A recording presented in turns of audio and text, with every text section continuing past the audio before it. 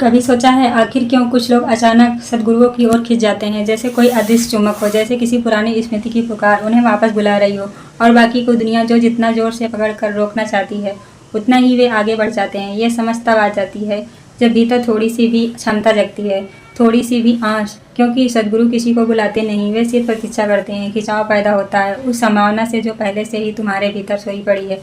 पर दुनिया को यह सब पागलपन लगता है। दुनिया के पास अपने नियम हैं, समाज के दिए हुए, परंपरा के दिए हुए, धार्मिक नेताओं के दिए हुए, और सदियों से हम फूलों को पेड़ से तोड़कर पत्थरों पर चढ़ाते आए हैं। कोई पूछे एक ऐसा पागलपन है? इस फूल में जीवन था, खुशबू थी, हवा के साथ हिलने का नृत्य था, उसे तोड़कर पत्थर पर चढ़ा दिया और फिर सोचते हैं कि हमने भगवान को खुश कर दिया। यह एक ऐसा भगवान है जो जीवित फूल नहीं चाहता पर मुरझा चुका फूल चाहता है। कबीर कहते हैं, जब भीतर असली फूल खिल जाए, आत्मा का फूल, तब व्यक्ति पत्थरों पर फूल चढ़ाना बंद कर देता है, क्योंकि अब उसे समझ आ जाती है कि असली पूजा क्या है। अब घंटियों बजाने, मूर्तियां सजाने, धूप जलाने की जरूरत नहीं रहती। जब भीतर की खामोशी बजने लगे तब बाहर की घंटियां फालतू लगती हैं। जब भीतर प्रेम खिल जाए तब पूजा करना भी भारी बोझ लगता है। क्या तुम जानते हो सारी दुनिया के धार्मिक अनुष्ठानों में इतना शोर क्यों है? घंटियां, ढोल, माइक, मंत्र, क्योंकि भीतर खामोशी नहीं है। आदमी को डर है कि अगर आवाजें बंद हो गई तो उसकी आत्मा की सच्चाई सामने आ जाएगी, उसकी खोखलापन, उसका डर, उसकी लालसा, उसका भ्रम। इसलिए धर्म के नाम पर इतना शोर किया जाता है। शोर आदमी को सोने देता है, खामोशी उसे जगा देती है। और यह दुनिया जो पूजा करने जाती है उसके पास पूजा का अर्थ भी नहीं है। पूजा कोई क्रिया नहीं, पूजा एक दशा है। पूजा वह है जब तुम इतने भरे हो कि तुम खुद ब खुद बहने लगते हो। पूजा वह नहीं जो तुम करते हो, पूजा वह है जो तुम बन जाते हो। लेकिन यह समझ तभी आती है जब तुम अपनी आंखों की रोशनी को मिटाते नहीं बल्कि उसे और गहरा करते हो। धर्म के नाम पर लोग अपनी आंखें फोड़ने को तैयार हैं, अपने कान बंद कर लेते हैं, स्वाद को नकार देते हैं। वे सोचते हैं इंद्रियों को नष्ट कर दूंगा तो भगवान मिल जाएगा। लेकिन सवाल है, भगवान ने ये इंद्रियां दी ही क्यों हैं?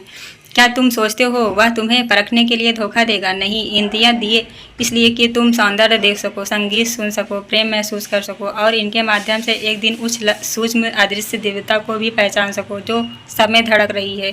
रूप से काम पैदा होता है, यह सच है, लेकिन रूप के पीछे जो अरूप है वह प्रेम पैदा करता है, करुणा पैदा करता है। मगर उसके लिए आँख चाहिए, संवेदनशील, जागी हुई, खुली हुई।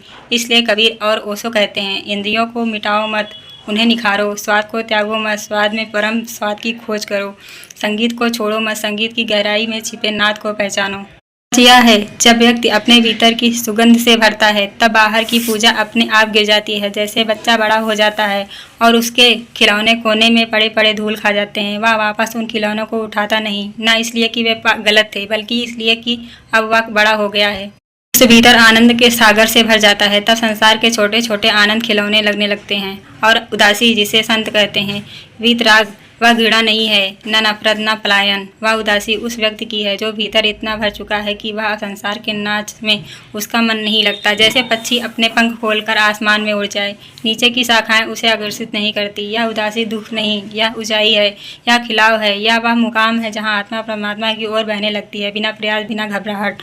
और जब कोई ऐसे मन से जीता है, करुणा स्वतः प्रकट होती है। करुणा कोई अभ्यास नहीं, करुणा प्रफुट्टन है।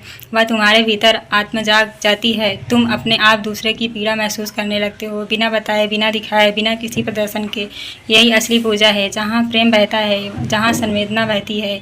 और परमात्मा किसी जप से नहीं रिश्ता, किसी तप से नहीं, किसी धूप दीप से नहीं। वह रिश्ता है सिर्फ एक चीज़ से, जब तुम अपने भीतर खिल जाते हो, जब तुम्हारे भीतर नृत्य शुरू हो जाता है, जब तुम उस धारा के साथ बहने लगते हो जो तुम समुद्र तक ले जाने के लिए ही पैदा हुई है। परमात्मा तुम्हें पाना नहीं चाहता, वह चाहता है कि तुम खुद को पालो। और खुद को पाने का एक ही तरीका है, अपने भीतर के फूल को खिलने देना।